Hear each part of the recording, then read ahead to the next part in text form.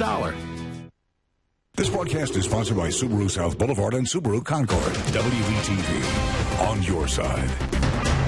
WBTV News starts right now. Strong storms move through, bringing down trees and power lines like this one. This is a live look at the plaza near Matheson in Charlotte, where a tree is blocking the road right now. There are hundreds of people still without power across our area. And the storms also may be to blame for this massive fire at a church in Cabarrus County. Firefighters say the fire broke out with heavy lightning in the area. And a live look at our power Doppler radar. You can see things are clear right now, but meteorologist Al Conklin is tracking another chance for more thunderstorms later today.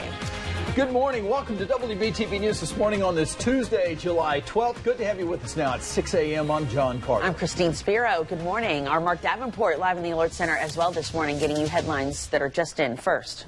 Christine, we saw many of the major cities in our country have Black Lives Matter movements for the last 5 days. But guess what? In Atlanta, there was something that very interesting that happened in Atlanta just a couple hours away from us in Charlotte. So I'm going to tell you about that coming up here on the Alert Center in just a few minutes. All right, let's get started with Charlotte's most experienced and accurate morning meteorologist. Here's Al Conklin. John, intense thunderstorms yesterday afternoon for some neighborhoods, but they've all cleared out and quieted down. Now the 5 sweeps of First Alert Doppler radar is pretty quiet out there. Not seeing any rain, fog, not much of an issue. In fact, we've got a pretty sunrise on the way. The sun will be up in just about 15 minutes. We're already getting that bright sky as we look off towards the east. Just a couple of clouds out there from our HC tower cam. It's a warm, sticky 72 in Charlotte, 74 Cornelius and Belmont, 72 in Harrisburg, and 69 right now for TKK and Weddington. Cool spot, Boone, 61. Warm spots, low 70s. Wadesboro, Charlotte, 70 right now. Rock Hill, Chester, Lancaster, and Rockingham. 70 in Concord and 69 for Gastonia and Statesville. This morning, again, it'll be quiet. Mostly sunny skies, 76. Then we're up to 88 at lunchtime, partly sunny. By late this afternoon, a 30% chance of thunderstorms. Not as much coverage as yesterday, but any storm that does develop could be quite intense, much like we had yesterday, the high 92. You're never more than 7 minutes away from traffic and weather on WBTV News this morning. First Alert Traffic brought to you by Toyota of North Charlotte. All right, let's look live at our traffic map this morning, and things are still in the clear as we start the 6 a.m. hour.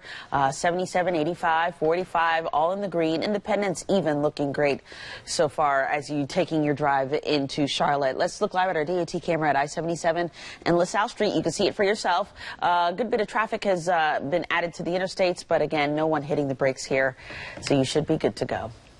Well, breaking overnight, 2 14-year-olds lead authorities on a high-speed chase that ends with a crash in Union County. Troopers say the teens were in this Honda Odyssey when they led police on the 13-mile chase. Of course, this isn't the right video here. We'll try to get that to you. Here we go. The chase, according to deputies, reached speeds up to 120 miles per hour. And then the teens crashed into a vacant home on Waxhaw Indian Trail Road. Now, no one was hurt. No one was arrested. The teens were released into the care of their parents.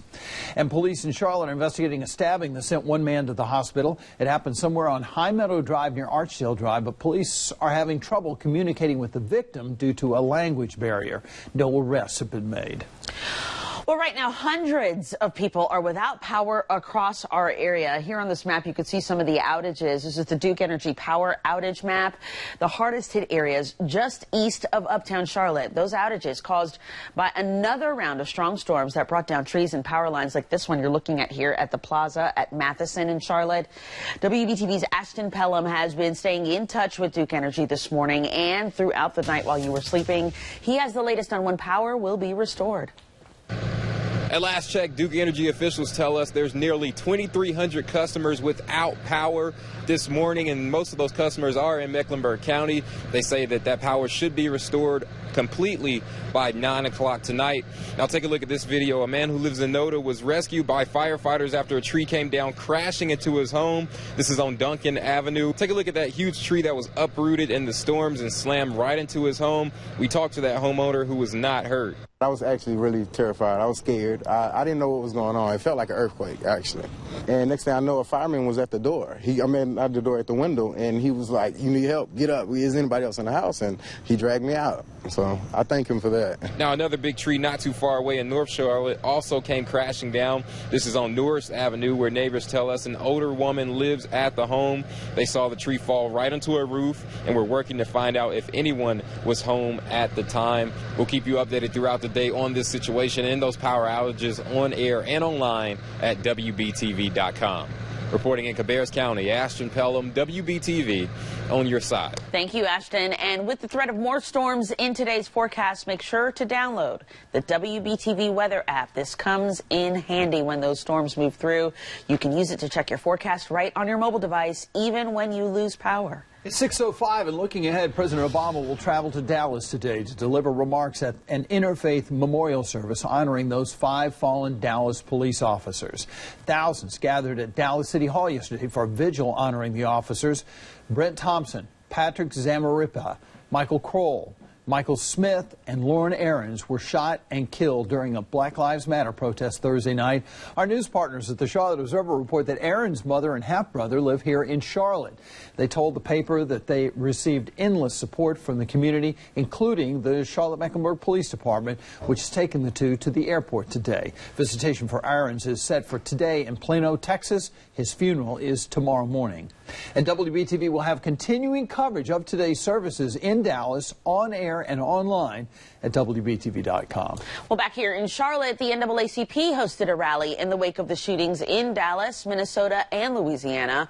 It was peaceful, but the conversation was pointed.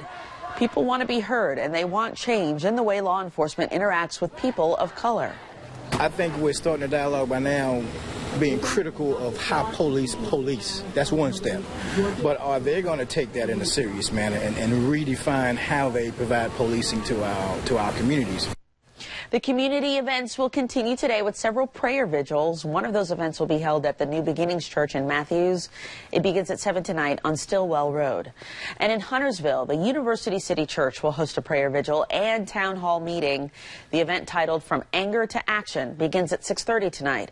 It will include lawmakers, law enforcement officials, and community partners. A crime alert. Police are investigating a shooting at a shoe store in South Charlotte.